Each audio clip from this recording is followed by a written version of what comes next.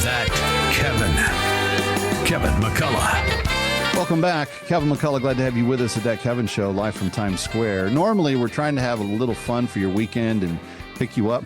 We're talking about very serious things for these few minutes with Dr. Joel Veldkamp, and I appreciate the willingness to do that because Christian Solidarity International does things that nobody else does. That's why we're asking you to help liberate slaves with us again this year. 888-342-1010 if you would like to contribute to that cause. But Dr. Joel Veldkamp is watching a lot of the other areas that CSI is involved in addition to that slave liberation. And Joel, we talked so much about Azerbaijan and Armenia in 2023 that, you know, it seemed to become more familiar to me. Personal anecdote, I went to go interview Elizabeth Tabish from The Chosen. She plays Mary Magdalene in the TV show. And before we were done talking, after we had taped our interview, she and her husband were telling me that her next project is to portray a wife, an Armenian wife, who was persecuted in Azerbaijan.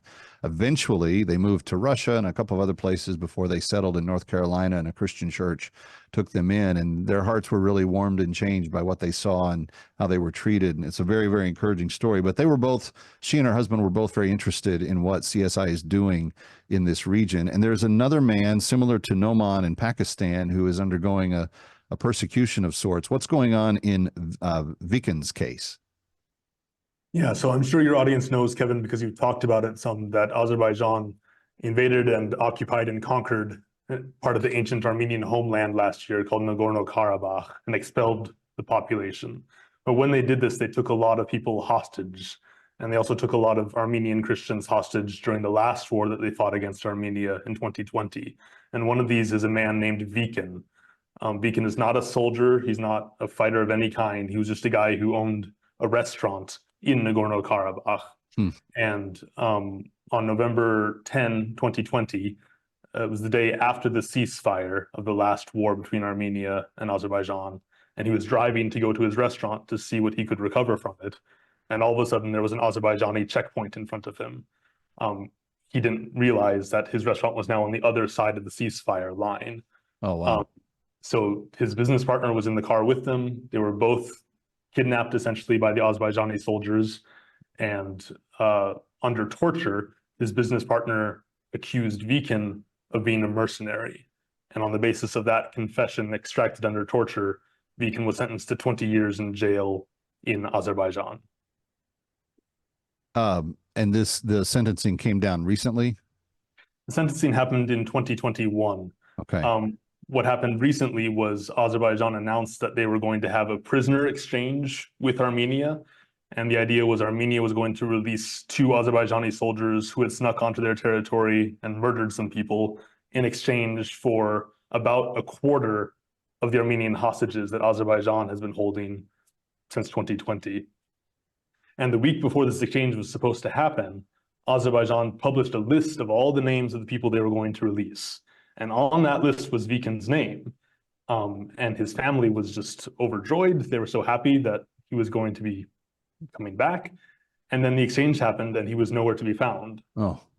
It seems like Azerbaijan just put his name on the list just to torment his family. So what's the latest for his family and what we're learning? What do we know? They have one phone call with him a month. His wife is from Lebanon, so she doesn't speak Armenian the way Viken does, but the guards won't let Viken speak to her in Arabic, so they can't really talk that well on the phone.